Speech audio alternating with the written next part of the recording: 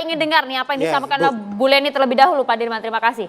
Sempat disampaikan dari atas mobil komando, Anda sampaikan bahwa memang banyak doktrin-doktrin yang salah, bahkan kemudian ada pemerasan, ada penindasan di sana. Anak-anak Ibu merasakan hal itu? Bisa dijelaskan satu persatu mungkin Bu Leni, silakan. Baik, makasih ya Mbak Maria. Sebelumnya saya sampaikan di sini, saya membenarkan kalau dibilang nyeleneh. Kenapa? Untuk mengawalinya ya, saya bukan sebagai ex-wali santri saja.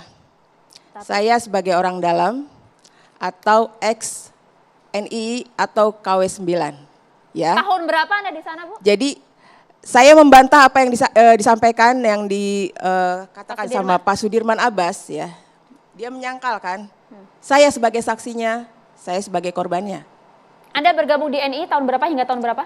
Saya masuk itu pada tahun 2000 awal, Januari ya, sampai 2021 awal. Wow. Jadi 21 tahun Pak Sudirman Abbas ya. Dan ini tidak boleh disangkal ya. Tidak boleh disangkal. Panji tidak pernah mengaku sebagai imam kepada saya, ya jelas. Tapi saya melalui tahapan-tahapan ulil amri, saya mengetahui bahwa dialah yang mengaku imam NII.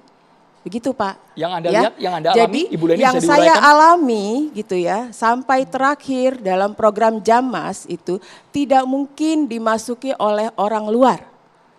Program Jamas itu diikuti hanya oleh orang dalam. Karena melalui koordinator-koordinator ya. Dari koordinator-koordinator itu terdata, lalu juga dipanggil melalui undangan-undangan yang langsung datang dari pusat, dari fungsional. Ya, mau bagaimana lagi disanggahnya? Karena yang ikut dalam undangan Jamas itu semuanya orang dalam, Pak. Semuanya orang NII atau KW9 ya.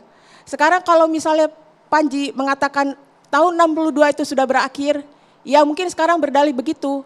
Karena dia di media berbicaranya gitu. Sekarang kalaupun misalnya dikatakan itu sudah selesai gitu ya, umat-umatnya masih menganggap dia sebagai imamnya. Terus kenapa ada sami'na wa ata'na di sana? Dan semuanya itu harus turut tunduk patuh sama dia. Hal yang remeh-temeh aja diurusin gitu. Ya, jadi coba bisa nggak dibantah? Yang ikut Jamas itu ada orang luar di situ. Sedangkan itu ada data dari koordinator-koordinator. Yang nyeleneh ada Saya tidak, Ibu dari Leni? koordinator Jakarta Selatan, ya. Saya dari Jakarta Selatan, dari Setiabudi, dari Karet Semanggi. Karet Semanggi ujung. Saya masih tahu, masih kenal, masih bisa saya sebutkan jajaran-jajarannya yang bersama saya. Sampai ke atas saya masih bisa. Ibu Leni, silakan. coba dijelaskan Ya. sebelum ke Pak Sudirman, dijelaskan ada tidak yang nyeleneh perbuatan-perbuatan Jelas ada. bagian yang mana? Dari yang dulu saya mengalami memang ini orang ngeyel. Ya, dari mulai sholat itu sudah jadi rahasia umum. Tidak diwajibkan sholat karena kita ini masih masa Mekah. Ya, satu itu yang kami alami. Tapi saya sendiri memang sudah janggal dan saya tetap sholat ya. Waktu itu walaupun pada masa-masa itu sempat juga karena aktivitas itu sempat terbengkalai sholat saya ya. Jadi saya tetap sebagai wujud protes saya sebagai wujud pemikiran kritis saya, setiap saya acara tazkiyah, Bapak masih ingat istilah tazkiyah? Ya, bukan internal. Bukan internal. Ya, mungkin baru direkrut baru belakangan ya Pak? Oh enggak, mungkin. saya dari tahun 99. Sudah direkrut? Bukan direktur, saya ngajar. Ya, baik, terserah apapun pengakuan Bapak ya, ini pengalaman saya. Jadi saya sampai menanyakan, kalau ada acara tazkiyah itu ya, ada mukena enggak? Dan ditunjukkan mukena yang sudah kumal gitu ya. Berarti di situ mukenanya enggak biasa dipakai kan? Satu soal sholat, tapi saya tetap menjalankan gitu ya. Walaupun sepanjang masa-masa itu benar-benar ada keganjilan dalam hati saya. Kenapa sih hanya beberapa menit saja kok dinafikan, kenapa diabaikan gitu ya. Mereka bilang sholat akimuddin, sholatnya itu adalah dalam bentuk tilawah dan maliyah.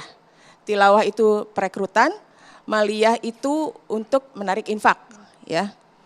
Kemudian yang kedua mengenai puasa.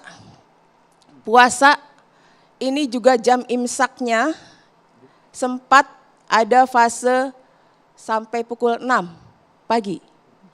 Ya, sampai jam 6 pagi itu Sampai 18, saya juga rancu di 17 sini. orang, sekarang Tapi 18 nih. selalu disampaikan ayat-ayat ketika saya bertanya kenapa sampai Ini berlaku untuk semua santri yang ada di Al Zaitun. bukan Atau hanya santri. NII saja? Ini berbicara tentang orang dalam, orang NII ya. Ya. Jadi saya bertanya juga tapi selalu dikasih dalil-dalilnya, ayat-ayatnya sampai terlihat benang putih di antara benang hitam begitu ya. Ada ayatnya ya Ustadz. Nah seperti itu. Ya, tapi penafsirannya sampai jam 6 pagi di sana. Sempat ada fase itu gitu ya. Tapi kalau soal puasa, pengetahuan saya, pengalaman saya itu semua kami puasa. Oke. Gitu ya, sampai yang terakhir juga puasa itu Syawal tetap diwajibkan gitu ya.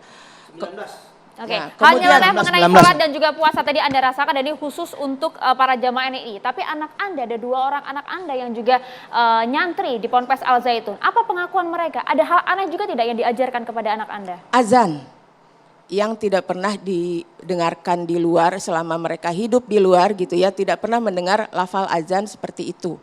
Dan di sana mereka sempat agak aneh juga gitu ya. Walaupun akhirnya anak yang pertama itu ya terbawa juga mungkin pernah Bilal atau siapa mungkin azan seperti itu gitu ya. Tapi memang yang nyeleneh-nyeleneh ini kenapa saya tidak bisa pungkiri, memang sudah dari dulu begitu gitu.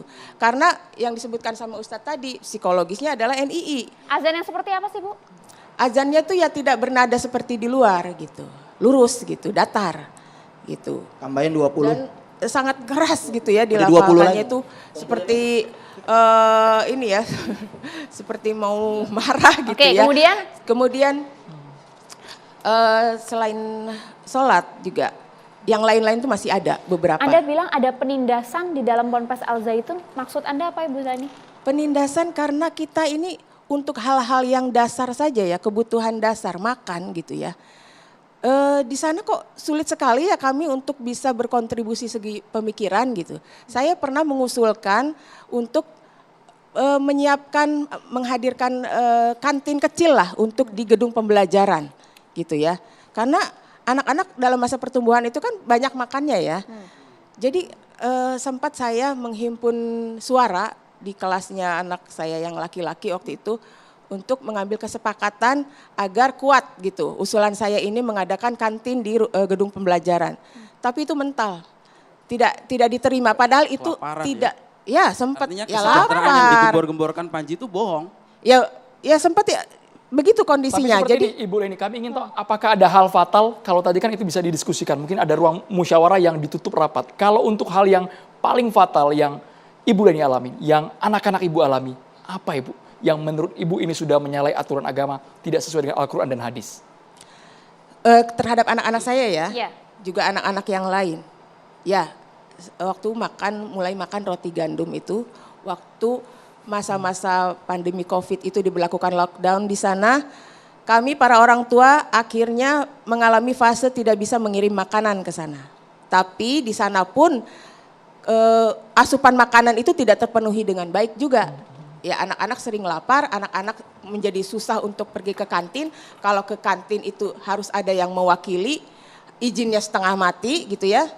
Padahal di kantin tersedia makanan banyak gitu. Tapi Dampaknya sangat sulit untuk bisa pergi ke kantin. Jadi Dampak pada keluar kesehatan dari anak asrama Anda? itu sangat sulit izinnya. Harus ada perwakilan gitu. Sedangkan perwakilan aja tidak membawa makanan yang sebanyak dibutuhkan oleh anak-anak di asrama atau teman-temannya sekamar misalnya kayak gitu ya. Anda sempat memeriksakan kesehatan anak Anda pada saat itu? Sempat memeriksakan dan sempat dikatakan kurang gizi ya. Wow. Saya cek waktu Oleh dokter gizi? dokter dong, ya dokter ahli gizi. Saya ada saya bawa juga di sini. Sempat juga saya sebutkan di orasi itu kan keterlambatan menstruasi Ya. untuk anak yang kedua. Ibu Leni, Bisa sebentar. Kalau memang sambil ditunjukkan ke kamera Ibu, sambil ditunjukkan, minta tolong Maria.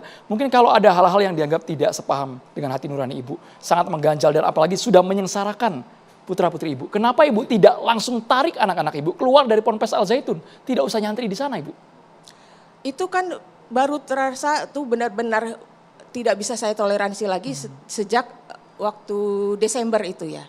Sejak mencuat kasus pelecehan gitu ya, dugaan pelecehan terhadap pegawainya. Yang saya sendiri memang tabayun langsung kepada suami korban dan juga kepada korban. Ya, sebenarnya ini di sana sangat melanggar gitu untuk kontak sama korban dan juga suaminya korban. Tapi karena saya merasakan keganjilan-keganjilan yang sudah berlangsung lama, saya langgar. Saya sengaja melanggar karena saya membutuhkan informasi dari kedua belah pihak, gitu ya. Kalau di sebelah sini begini informasinya, saya cross check lagi kepada korban dan juga kepada suami korban saat itu. Dan didapat banyak informasi dan juga bukti-bukti bahwa benar kalau dibilang ada pelecehan itu memang betul. Itu yang saya simpulkan dari bukti-bukti yang beredar. Ada bukti yang Anda terima ya? Ada, karena memang saya dipercayakan untuk memegang bukti itu. Pelakunya siapa Ibu? Almarhum Pak Ruki Al-Basri itu adalah suaminya korban, gitu ya. Jadi saya sempat tahu. Pelaku pelecehannya? Pelakuan pelecehan seksualnya siapa yang Ya, Ibu TV maksud? One sudah pernah mendatanginya. Kita tidak menuding, kita tidak menuduh dia, tapi harus ada bukti juga Ibu. Apapun yang Ibu Leni katakan malam hari ini di Catatan Demokrat.